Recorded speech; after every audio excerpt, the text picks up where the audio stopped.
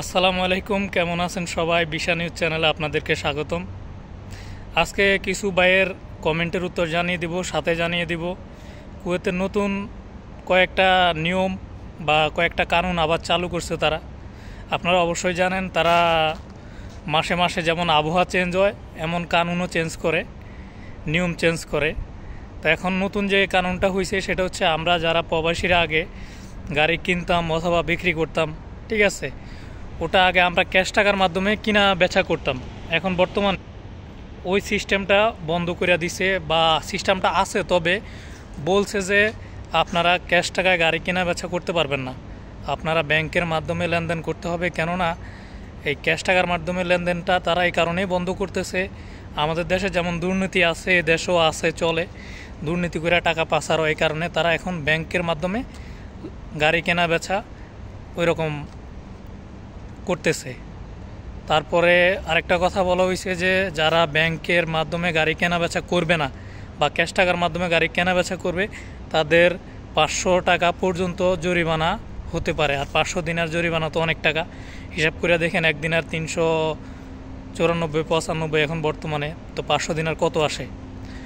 আর আরেকটা নিউজ হচ্ছে যারা প্রবাসীরা এখন আছেন বা আসবেন, ঠিক আছে, এখন নতুন সিস্টেম চালু হয়েছে যে নতুন সিস্টেমটা সেটা হচ্ছে আগে তো রোডে যে ক্যামেরাগুলো ছিল সেটা হচ্ছে আপনার সিট বেল্টের কোনো সমস্যা ছিল না, আপনি সিট বেল্ট ছাড়াও গাড়ি চালাইতে পারতেন বা মোবাইলের ইউজ করতেন, মোবাইলে কথা বলতেন, কোনো সমস্যা ছিল না। এখন বর্তমানে ওই সিস্টেমটা তারা অফ করে দেওয়ার জন্য নতুন একটা ক্যামেরা সেট করছে, যাতে আপনি যদি গাড়ি চালান, ঠিক আছে, তখন ক্যামেরা আপনার সিট বেল্ট আছে কিনা, আপনি কারোর সাথে কথা বলেন কিনা, সবগুলা আপনার ছবি তুলে ফেলবে। আর ওটা ছবি তোলার পরেই আপনার বড় অঙ্কের জরিমানা হতে পারে। এখন বর্তমানে এই কানুনগুলা চালু করছে তারা। আর কিছু ভাই এবং বোনদের কমেন্ট বলতেছি, একজন ভাইয়ে বলতেছে যে ভাই আমার ভিসা বের হইতেছে না।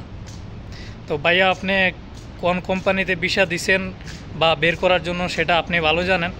কিছু কিছু কোম্পানিতে ভিসা বের হতে একটু লেট হয়, ধৈর্য ধরেন, ইনশাল্লাহ হয়ে যাবে যদি ভালো লোক ধরেন। আর যদি দালাল বা কোনো বাজে লোকের খপ্পরে পড়েন তাহলে তো সেটা আমি জানি না।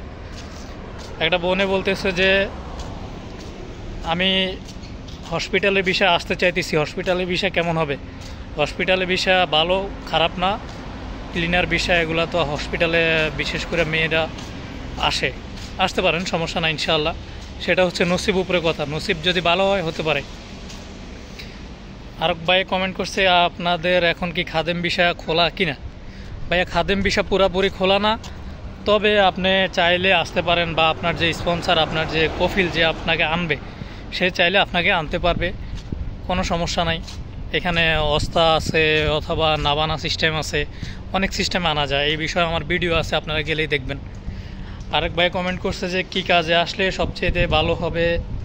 তো ভাইয়া ওই কাজের একটা ভিডিও বানানো আছে, আপনি ওইখানে গিয়ে খুঁজেন, পাইয়ে যাবেন। তবে এখানের মধ্যে কয়েকটা কাজ আছে, আমি সংক্ষেপে বলে দিই। এখানে কারেন্টের কাজ আছে, ইলেকট্রিশিয়ান কাজ আছে, এরপর আপনার হোল্ডার ওয়ালিংয়ের কাজ আছে, এরপর দিয়ে আপনার এই বাসায় এসির কাজ আছে। এরকম কয়েকটা কাজে আপনি আসতে পারেন। এরপর আপনি এই দেশে আইসা যদি আপনার খাদেমপিরি বিষয় এসে অনেকে এই বাইরে ট্যাক্সি চালায়, যদিও রিক্স, অনেকেই চালায়, যদি আপনি করতে পারেন, আপনার পরিচিত লোক থাকে, কাজ পাইয়া যান, তাহলে এটা তো আসতে পারেন, কোনো সমস্যা নেই, ঠিক আছে। এমন আপনি এরকম কয়েকটা কাজ, এমনও লোক আছে কোটি কোটি টাকার মালিক হয়ে গেছে, যেটা বাস্তব কথা। আবার অনেক লোক আছে হয়তো লাইন পায় নাই, নসিব খারাপ, 10 বছর হয়ে গেছে, মোটামুটি 20-30 হাজার টাকা বেতনে চাকরি করে। এটা হচ্ছে নসিব নিয়ে কথা। কেউ মাসে 1.5 লাখ 2 লাখ টাকাও কামায়, আবার কেউ মাসে 50 হাজার টাকাও কামায়, আবার কেউ মাসে 30 হাজার টাকাও কামায়। এটা হচ্ছে নসিব। তো সবাই ভালো থাকবেন, সুস্থ থাকবেন। যারা আমাদের চ্যানেলে নতুন, চ্যানেলটি সাবস্ক্রাইব করে রাখবেন, এবং আপনার যদি কিছু জানার থাকে তাহলে কমেন্টে বলে দিয়েন, ইনশাআল্লাহ আমরা নেক্সট ভিডিওতে আপনাকে জানিয়ে দেব।